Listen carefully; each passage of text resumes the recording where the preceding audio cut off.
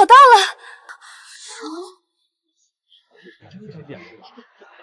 这一幕还真是似曾相识。上辈子这枝花就藏在我的座后，捡到花，做着飞上枝头美梦的人是我。这枝花谁捡到了，谁就是将军夫人。将军的花落在哪儿了？快找找！说是能被我找到，那可是天大的福气。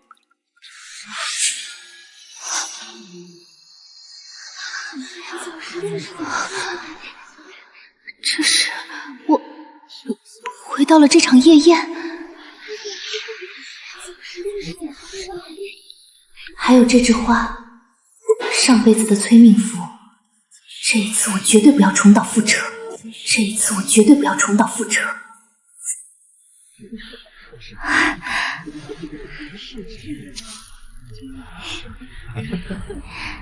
那时我以为是上天垂怜，后来才知道，他只是在和边关另嫁他人的女将军赌气。他要娶妻，证明自己早已放下。至于娶的是谁，他根本不在乎。沈姑娘真是走了天大的狗屎运，那可是燕少将军啊，谁说不是呢？燕少将军出身高门，又是当今皇后的亲外甥，13岁上战场，20岁就以3000骑兵破敌2万，大梁最耀眼的少年将军，无数闺女的春闺梦里人。如今他红衣银甲娶妻，谁能不心动？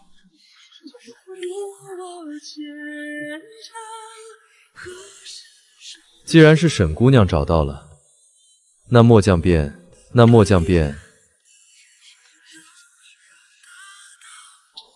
原来是沈家姑娘，既然阿慈有言在先，那本宫就做主。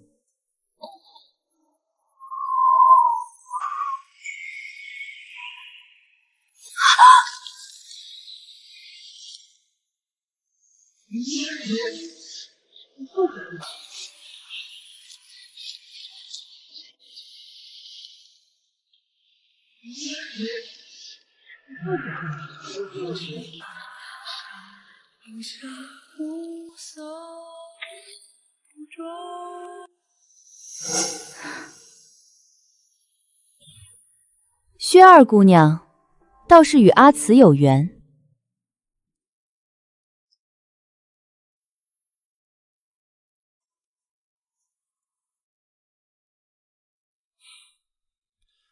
既如此，那就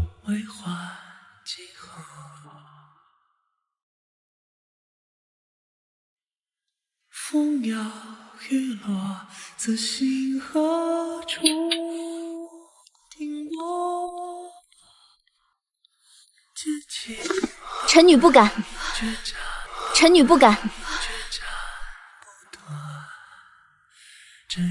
臣女已有心仪之人。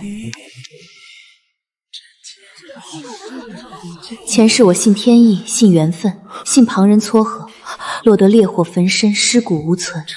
这一世，我不信天，不信缘，更不信他。我的命，我自己选。我找了个由头离席。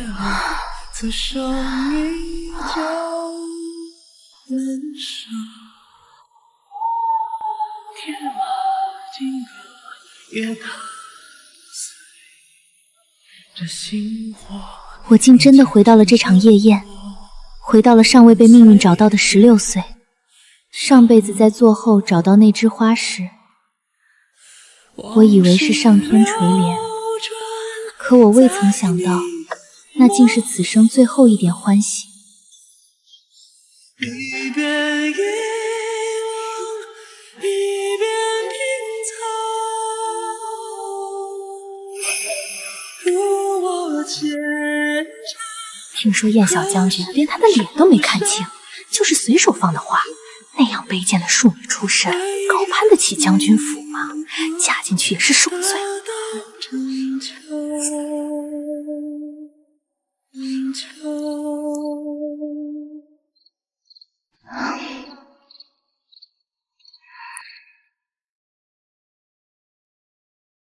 夫人，将军在书房歇下了。情愿父母长久。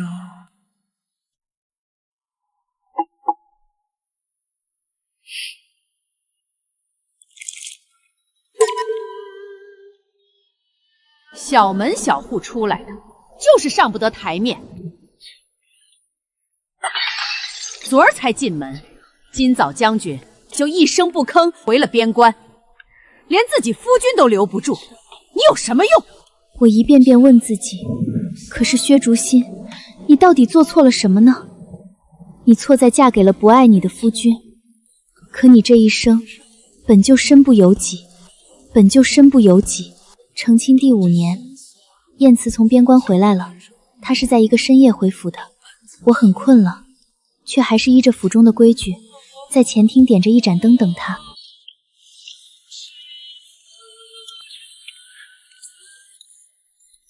你还没睡吗？燕慈大概早就忘记了这些规矩，看见我时很是诧异。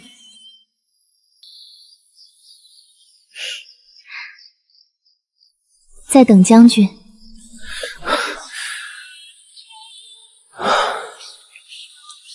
辛苦夫人，往后我都不走了。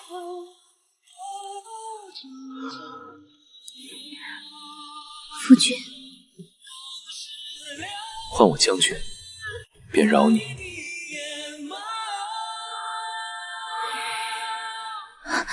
今夜我留在此处。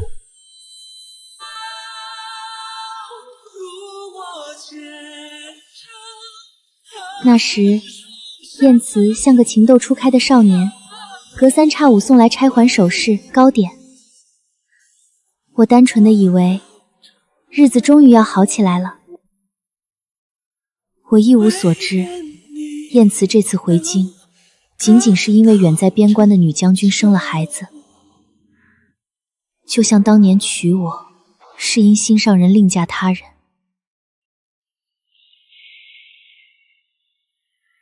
繁华如梦，终是一场空。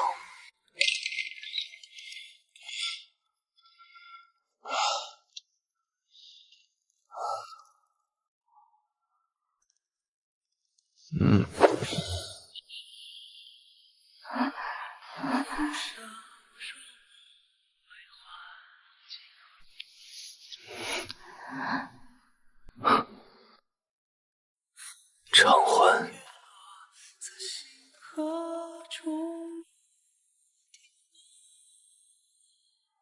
原来这份温柔从不属于我。偿还，偿还。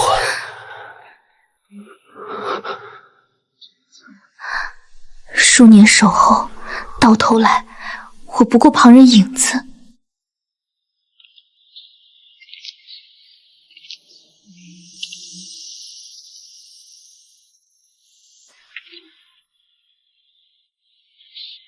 将军，夫人当真贤惠。如今满京城谁不夸您家宅安宁？薛氏贤惠，可惜终非无心。我的心早就死在边关了，我从未对他有过半分真心。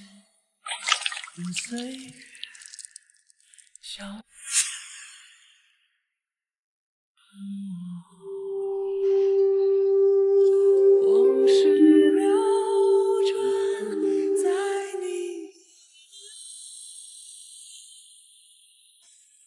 一遍一遍品尝，如我虔诚，何时夫人，您劝劝将军吧。自从孟将军战死的消息传来，将军已将自己锁在书房3日，滴水未进。他想自苦，随他去便是。夫人，末将等实在没法子了，求您看在夫妻情分上，进去瞧瞧吧，去瞧瞧吧。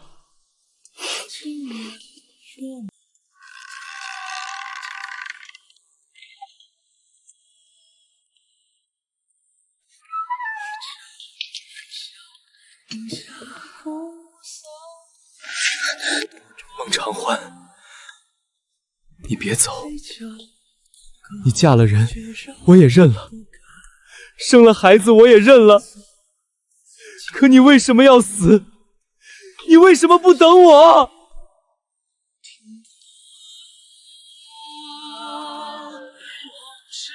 原来你这些年的相敬如宾，藏着这么深的深情。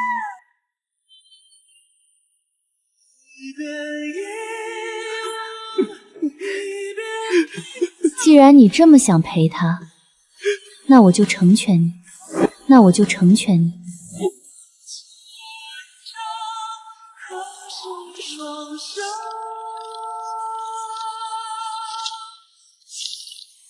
我生性懦弱，从小到大没有做过一件出格的事，连大声说话都不敢。可是现在，我忽然不想这样下去了。孟将军死了，你这样深情，应该陪他一起去。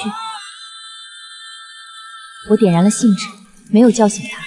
那些情信被烧得灰白全躯，如同送葬的纸钱。你听到了吗？他好寂寞，燕慈，去陪他吧，去死吧。你的情信我已经烧给他了，下一个就是你了。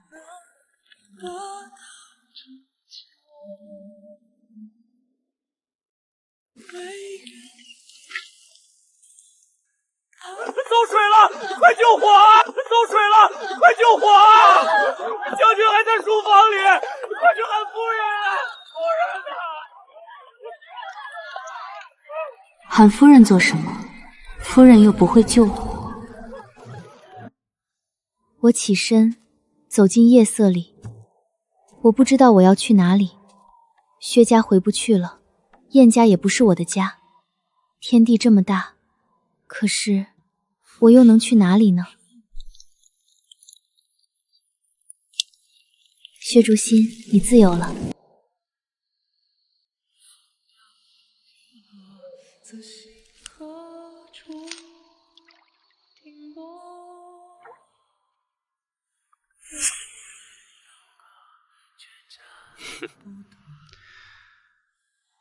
你放心，既如此，我还不至于娶你。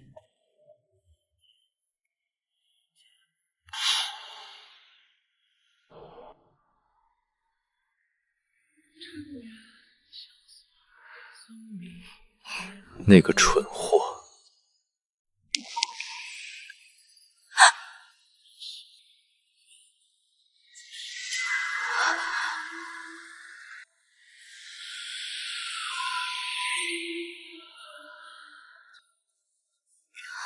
不是人，是前日那场大火没烧干净的厉鬼，从灰烬里爬出来了。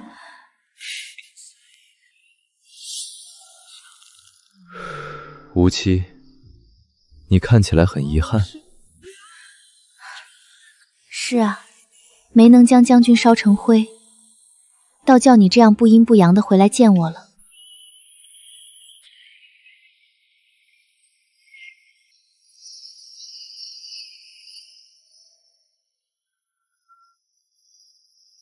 你是我明媒正娶的妻，黄泉人间，我自然是要和你在一处的。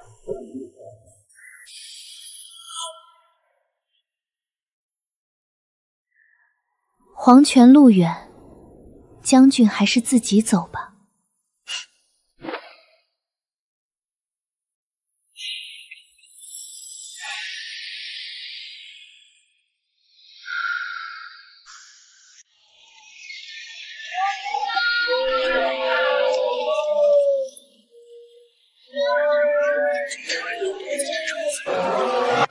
听说了吗？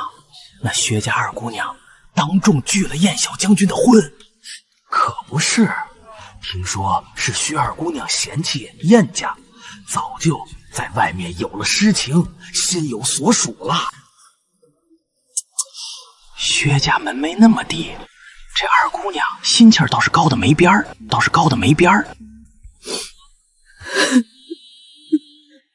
那燕家是多好的人家，多少人想攀都攀不上。你倒好，当众拒婚，还说什么心仪之人？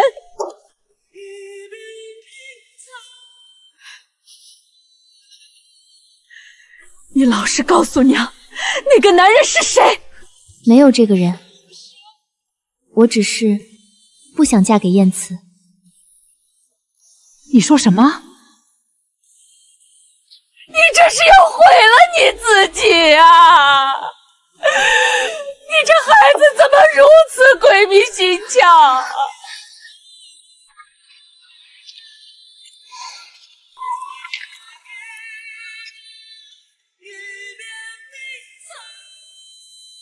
可是我做错了什么呢？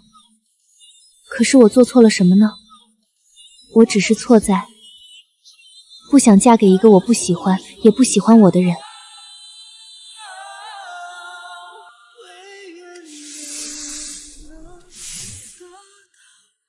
我只是重来一世，不愿再过那样的人生。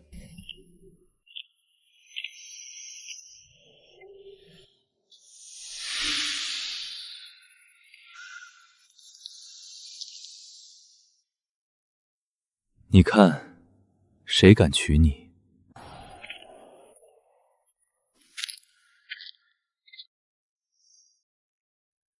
就算重来一次，你还是只能选我。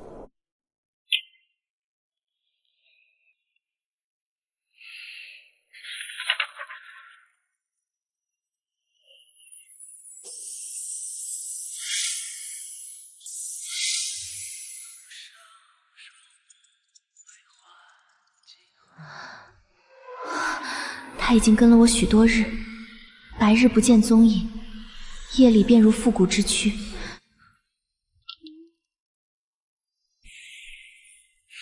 选你，燕慈，你已经死了，可我还活着。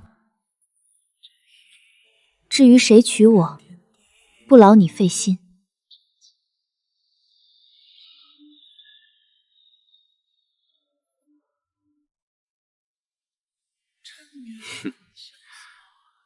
你当堂拒婚，他不会放过你。你说那个小东西吗？那场火把你的脑子也烧坏了吗？你若是想看笑话，不如看看自己什么模样。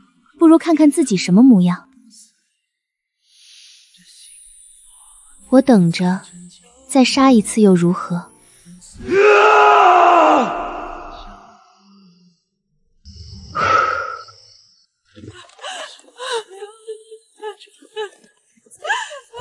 朱熹，这是皇后娘娘亲下的请帖，定是燕小将军还记挂着你呢。这是天大的体面，你可不能再任性了。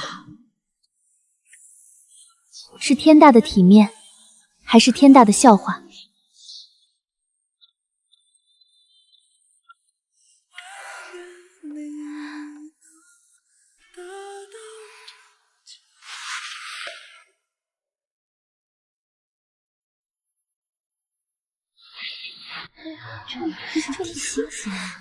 那是薛家的二姑娘，竟真敢来！当众拒了燕小将军的婚，真是不知好歹。如今怕是又想来巴结了。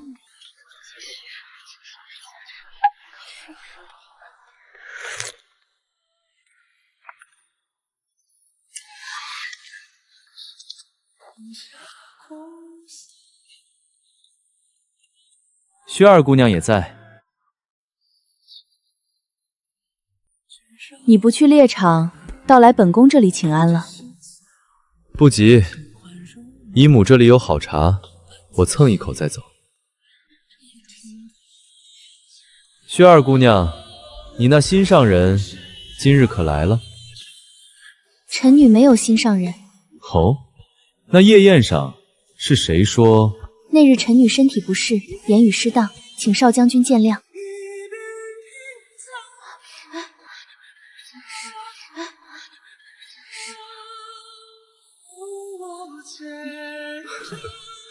薛竹心，这可由不得你。不管你愿不愿意，你捡了我的花，就是我的人。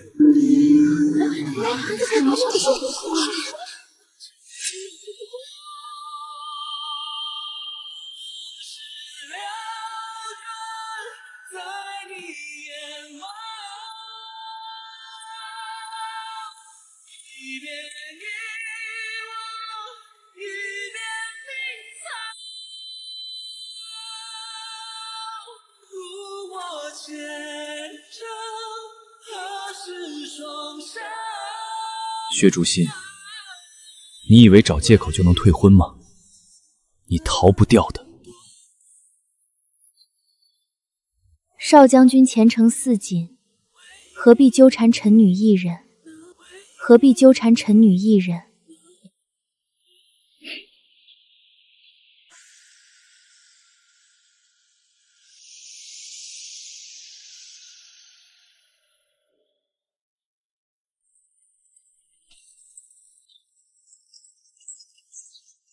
彩月，去叫薛家姑娘来陪本宫说说话。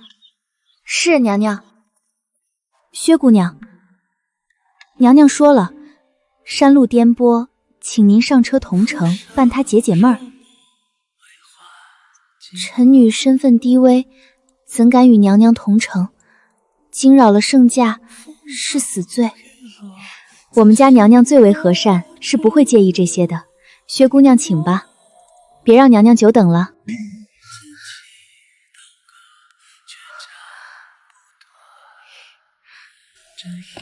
臣女遵命。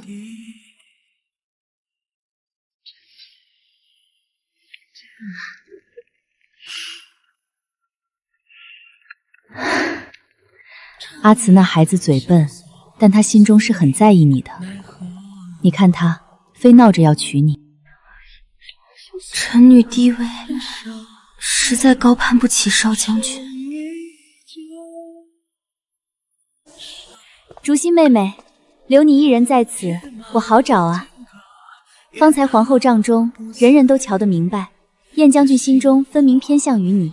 婉玉兰落你身上，本就是天定缘分，你何苦当众拒婚？算了，不说这些了。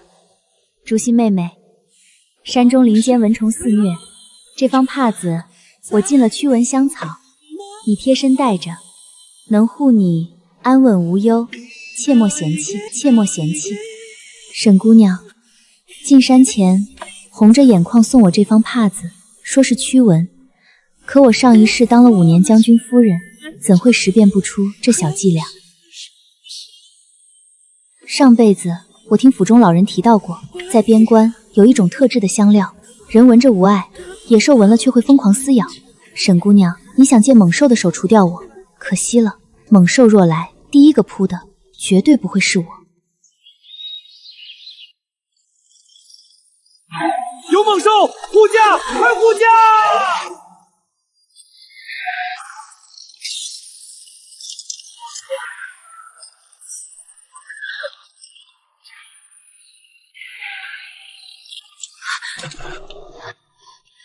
再撑一撑，撑一撑就好了。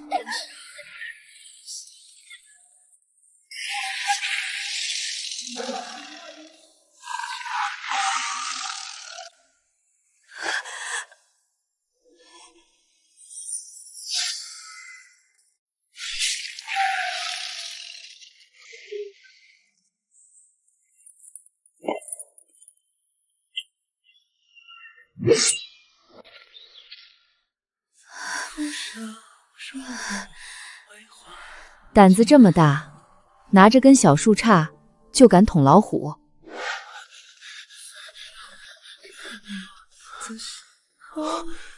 长欢，你什么时候回来的？怎么不告诉我？我去接你。燕将军，我奉旨回京，顺路经过此地，不必劳烦。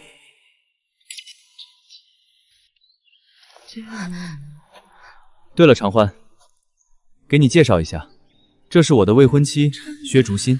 未婚妻，未婚妻。对，宴上瞧着合适，顺手定下的。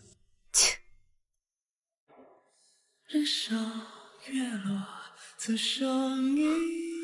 怎么了？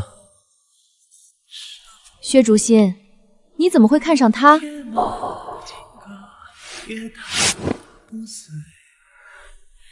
长欢，你什么意思？你的未婚妻受了伤，你不问问她疼不疼，倒在这里和我较劲。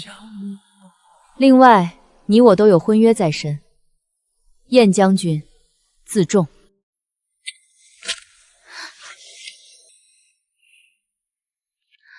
他身上有一股好闻的、清冽的皂香，安心的让人想睡过去。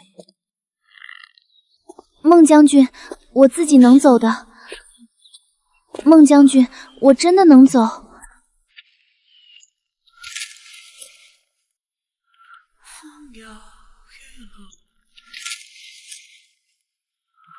风摇雨落，自心何处？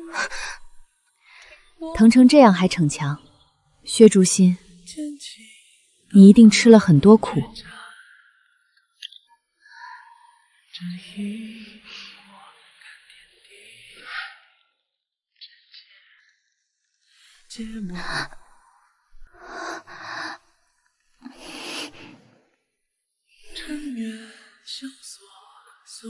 别动。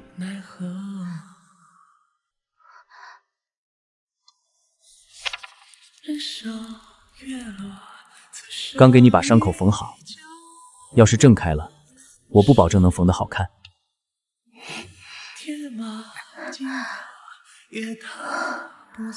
孟太医，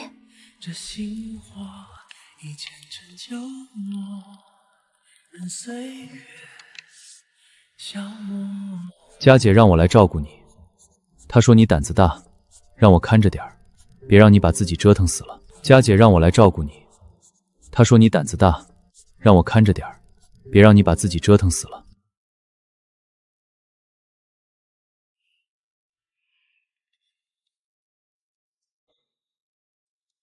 有话就说。那孟将军呢？他有事要办，走不开，又放心不下你，就把我踢过来了。多谢。我本来不想来的，我懒得救不惜命的人，但皇后也发了话，让我照看你的伤。人倒是还行，就是嘴里没一句好听的。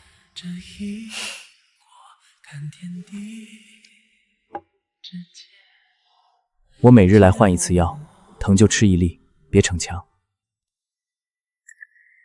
好吧，还是有一句好听的话的，还是有一句好听的话的。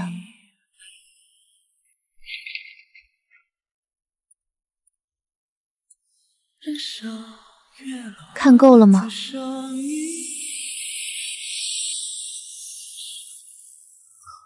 薛竹心，你够狠！你以为我看不出来你在算计什么吗？你大费周章的做了个这样的局，差点把命也搭进去，就是为了和我退婚。一世夫妻，薛竹心，你当真没有心吗？竹心本就空无一物啊，这没有什么不好。竹子坚韧是因空心，所以风吹不断，雪压不折。鬼也会流泪吗？他连肉身都没有，泪从何来？不过是执念作祟。燕慈，你看了这么多天的戏，真的不觉得自己恶心吗？你到底在装什么深情？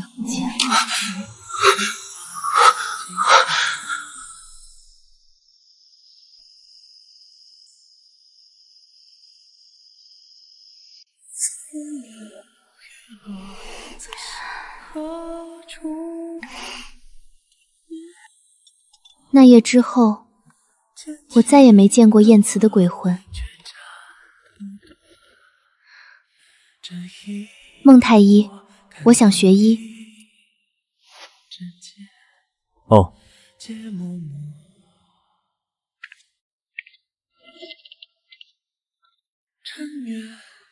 哦，是什么意思？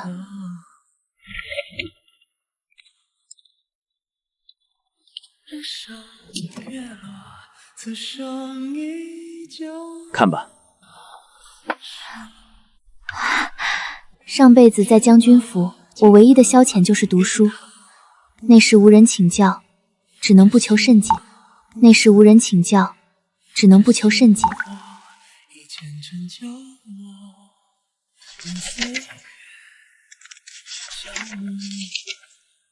但如今有了这些批注，一切都不一样了。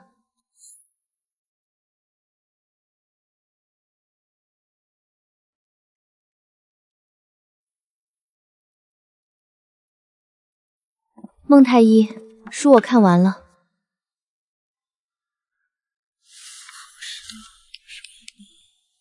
灵书，背吧。皇帝问于岐伯曰：余子万民，养百姓而收其租税，余哀其不够，而孰有疾病？脏腑经络先后病脉正一。问曰：上公治未病，何也？诗曰：夫治未病者，见肝之病，知肝传脾，当先食脾。四季脾旺不受邪，及物补之。中宫不晓相传，见肝之病，不解食脾，为治肝也。看完告诉我哪里开错了方子。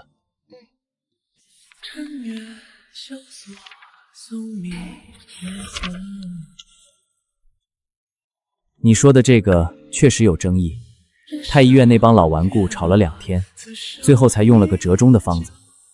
但太医院那些都不如你的新方子。明日继续。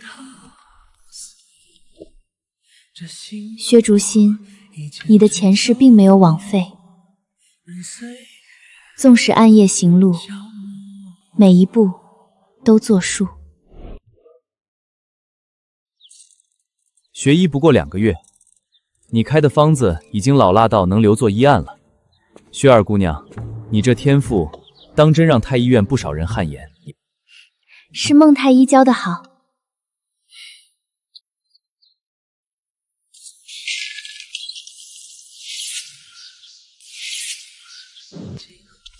薛二姑娘，好雅兴。我找了你大半个月，原来是藏在这里。臣女在太医院学医。学医？你是快要嫁人的人了，学医做什么？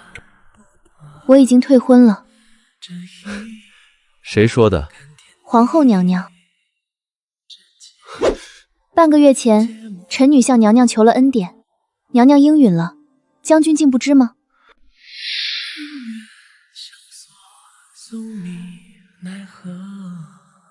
阿慈那孩子是有些不懂事，但你也不必。臣女没有赌气，请娘娘成全，退掉这门婚事。罢了，本宫依你。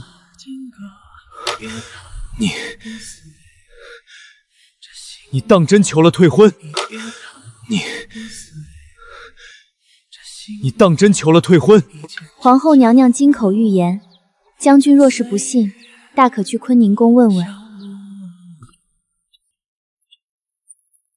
药材娇贵，还请将军自便，莫要误了臣女的功课。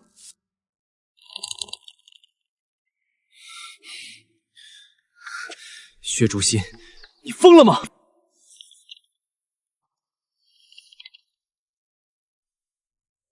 你退我的婚，就是为了这个小白脸？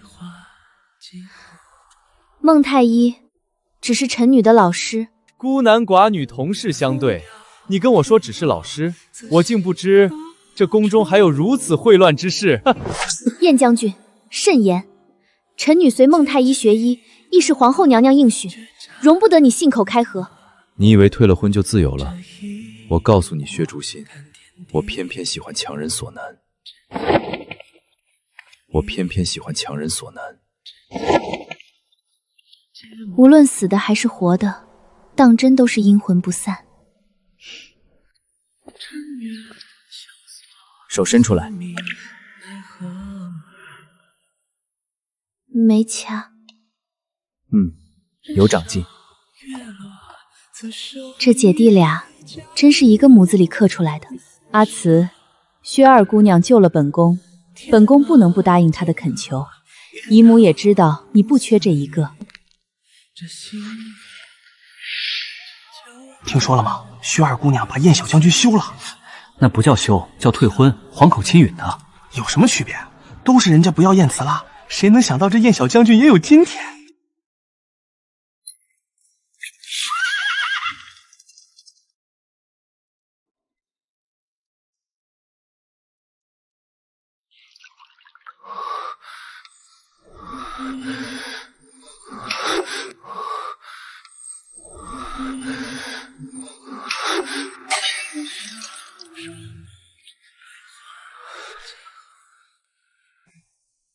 你就这点出息？谁？你是什么东西？我就是你。上辈子，你与薛竹心曾是夫妻，后来你死在了他的手里。你是说薛竹心那个木头一样的女人，她敢杀我？你这样看不起她，怎么还被她退了婚？你来找我做什么？教你怎么挽回她。挽回？笑话！一个退我婚的女人，我为什么要挽回？我告诉你，薛竹心，我偏偏喜欢强人所难。这你也听见了？我告诉你，薛竹心，我偏偏喜欢强人所难。这你也听见了？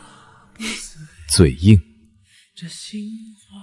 你现在之所以不屑，只是因为你还没有彻底失去燕慈，你会后悔的，后悔曾经那样对待她。后悔？去看看吧，去看看她每天都在做什么，看看她到底是个怎样的人。然后呢？看了之后又待如何？然后你就会和我一样，死不瞑目。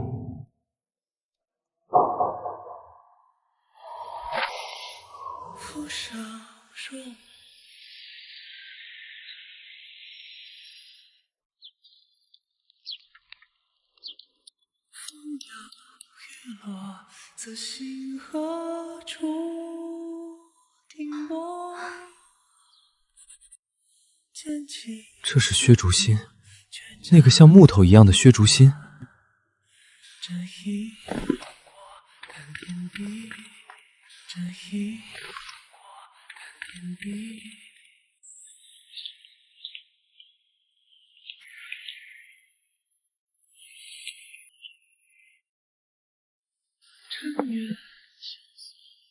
辰时不食，则胃虚难纳，脾弱难化，气血生方无源，久则诸虚丛生。这就对了。我从未吃过他做的饭，那个死鬼和他做过夫妻，难道他吃过？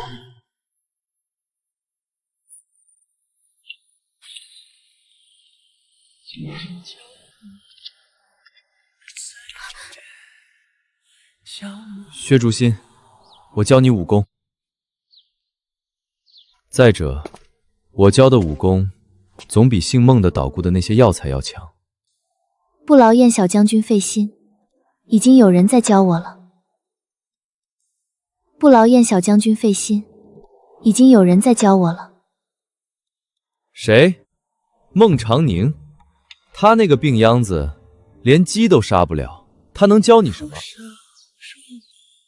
他会杀鸡。薛竹心，这是重点吗？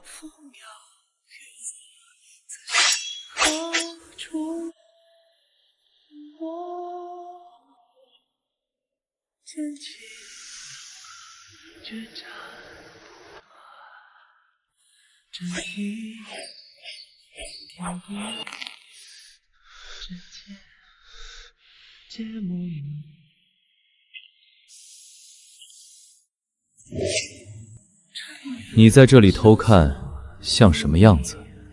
像条没人要的野狗。那我倒要问问你，你上辈子到底对他做了什么？为什么他宁可去和那只猛虎搏斗，冒着没命的风险求退婚，都不愿意嫁给你？你说你们前世做过夫妻，可现在的他看你就像看什么脏东西。说你们前世做过夫妻，可现在的他看你就像看什么脏东西。在薛竹心心里，你恐怕比猛兽还要可怕。他竟恨你若此。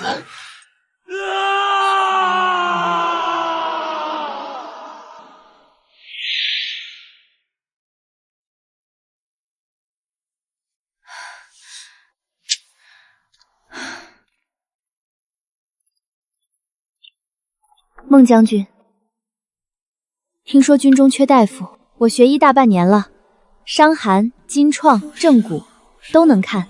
孟长宁说我可以出师了。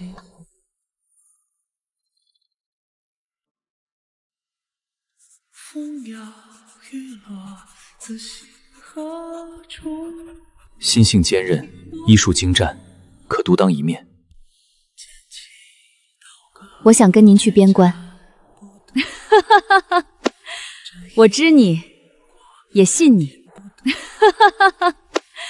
我知你，也信你。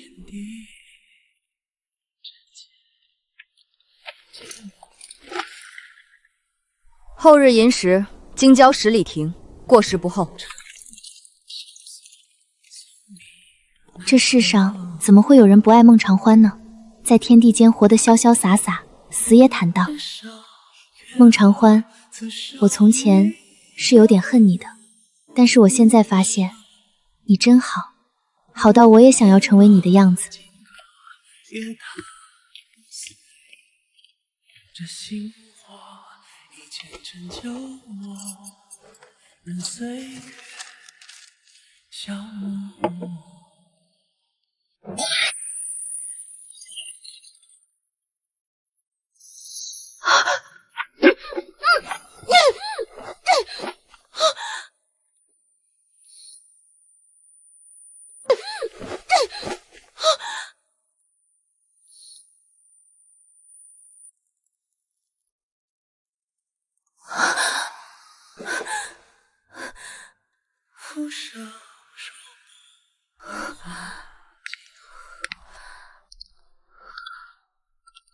无期，那年新婚夜，我很后悔没有来。若是当初喝了那杯合卺酒，你我之间可否长久？怎么是你？那个少年燕慈呢？你杀了他！你是在心疼我吗？我们本就是同一个人啊。快到寅时了，再不走就赶不上将军的车队了。别等了，我模仿你的字迹给孟长欢写了信，说你思虑再三，还是想留在京城。孟长欢可以回去，你不能走。你疯了，燕慈，你真的疯了！你疯了，燕慈，你真的疯了！重来一世，难道还是要像前世那样被困死在这个牢笼里吗？对不起，对不起。一见成旧梦，任岁月消磨。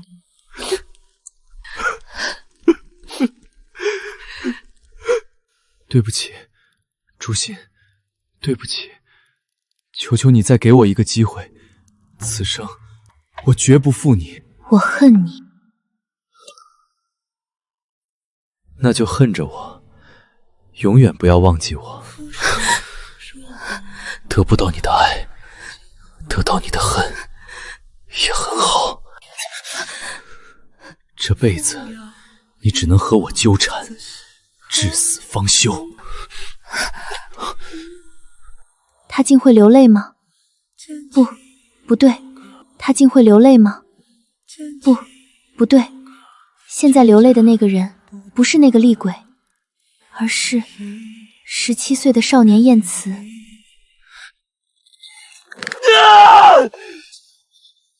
滚出去！你给我滚出去！废物，都到这一步了，你还想放他走？他说他恨你，你听不见吗？他不愿意。那又如何？我偏要强求，你难道不想得到他吗？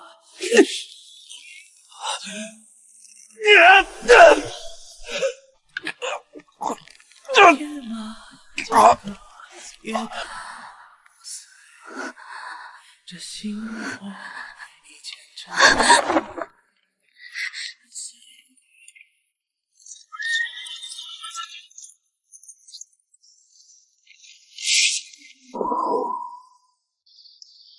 天干物燥，小心火烛。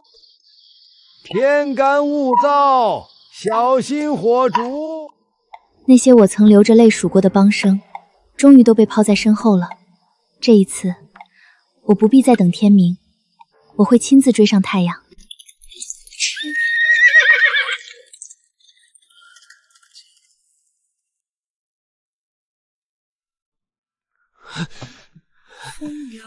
你闭嘴！我们不一样，我绝对不会变成你这个可悲的样子！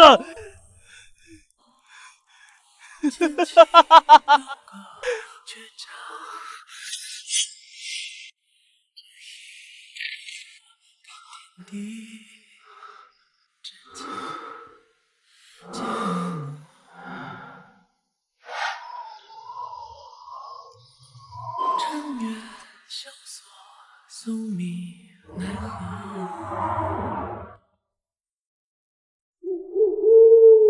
人上月落，此生一觉，此生一觉。薛竹心，这次没人拦你了，走吧，走，别再回头。你爱上他了，燕慈，你死不瞑目。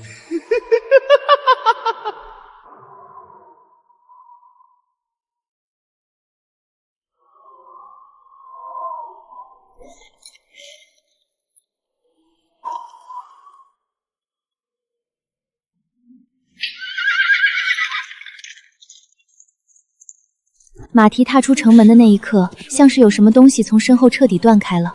那是命运的脐带，那是名为薛家和将军府的枷锁。竹心啊竹心，原来天地是这样大的。月亮不再是悬在朱门深院上那只流泪哀戚的眼睛，它只是他自己。月亮不再是悬在朱门深院上那只流泪哀戚的眼睛，它只是他自己。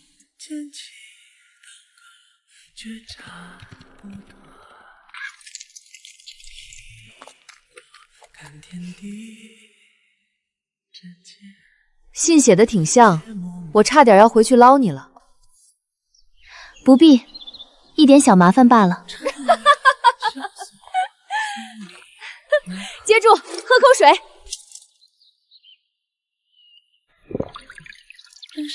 天亮了，晨曦漫过长夜，人间换了模样。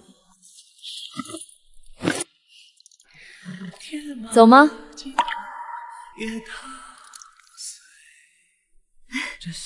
走，赶路要紧。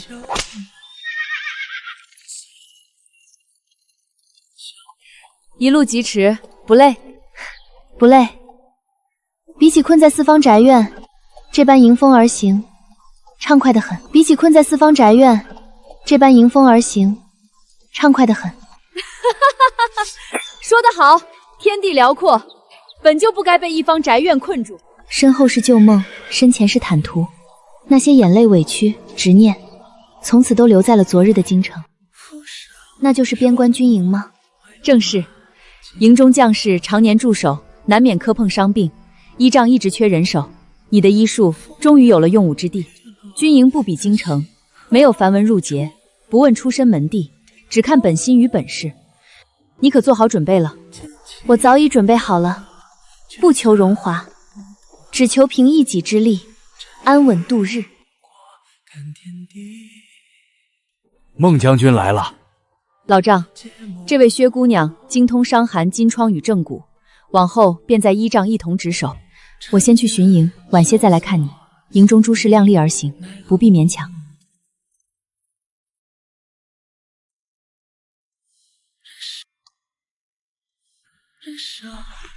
劳烦姑娘，方才操练不慎扭了脚踝。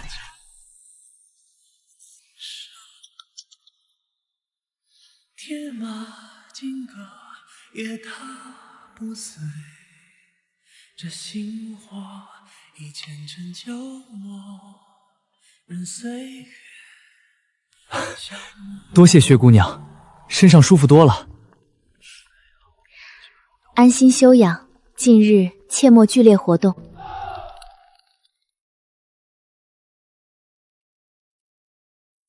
两世浮沉，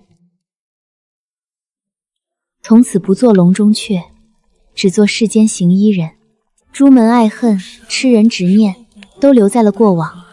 如今我以医术立身，以人心度日，天地辽阔，岁岁无忧。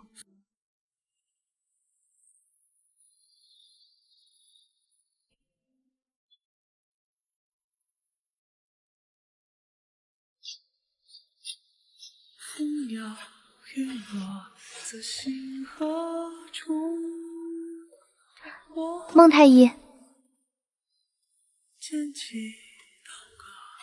回来了。你在边关寄来的种子，我也试着栽种过，只是那边沙土贫瘠，根长不大。那批苗是我特意挑选的耐旱品种，竟也不成。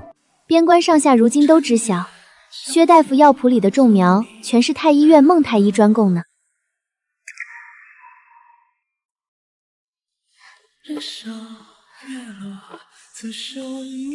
孟长宁，你先前在边关与我说的话还算数吗？哪一句？你说待边关局势安定，便向皇后请旨调往边关，还说我行医问诊，正缺一位一同斟酌修正药方的人。你从边关寄来的每一封书信，我都好好收着。信里那些标注存疑请教的医理，是真的不解，还是有意为之？两者都有，两者都有。往后不必隔着书信迂回请教，我若去了边关，便当面教你。孟太医今夜不当值，太医院的夜诊不用照看了。与人换了班子，特意换班，所谓何事？为照看一位特殊的病人。远在千里边关，如今近在眼前，自己善吧。扇的手酸，还是劳烦孟太医吧。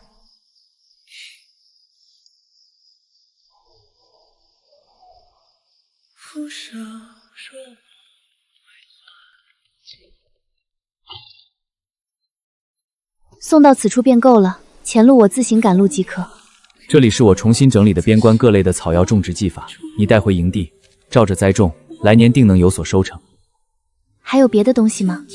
这里是我重新整理的边关各类的草药种植技法，你带回营地，照着栽种，来年定能有所收成。还有别的东西吗？边关风大，骑马行路发丝易散乱，用它束发方便。这支簪是你亲手雕琢的？何时开始做的？你从边关寄回第一本批注医案时，断断续续刻了许久。孟太医，你不必多问，从你当场流利背诵灵书那日起，我心意便已定。那你打算何时动身前来边关？等你把药谱打理妥当。若是种不好呢？那我便亲自前往边关，替你栽种。